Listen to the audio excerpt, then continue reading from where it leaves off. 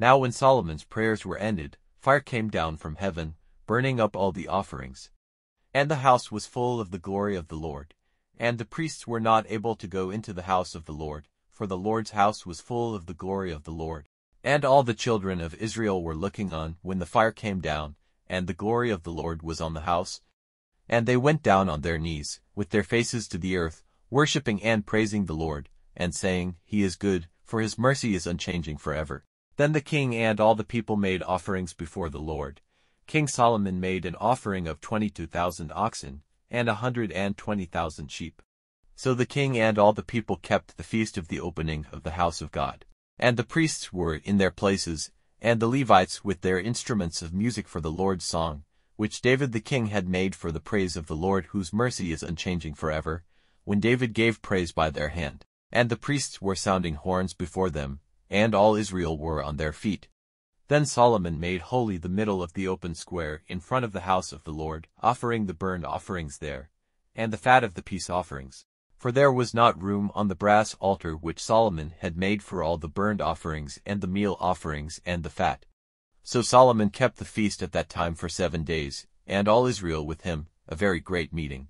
For the people had come together from the way into Hamath and from as far as the river of Egypt, and on the 8th day they had a holy meeting.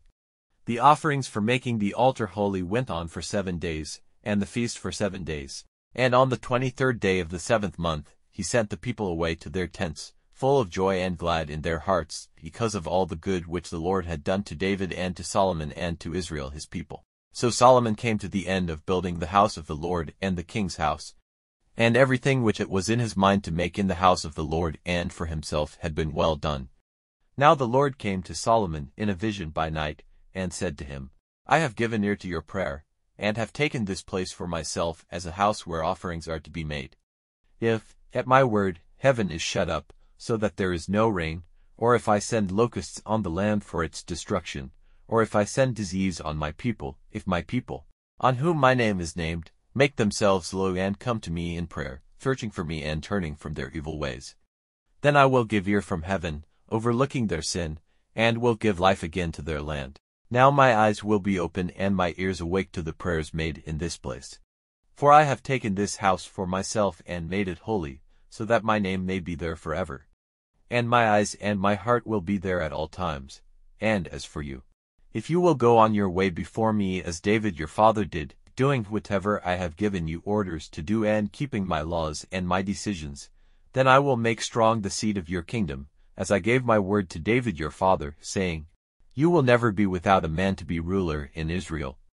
But if you are turned away from me, and do not keep my orders and my laws which I have put before you, but go and make yourselves servants to other gods, giving them worship, then I will have this people uprooted out of my land which I have given them. And this house, which I have made holy for my name, I will put away from before my eyes, and make it an example and a word of shame among all peoples.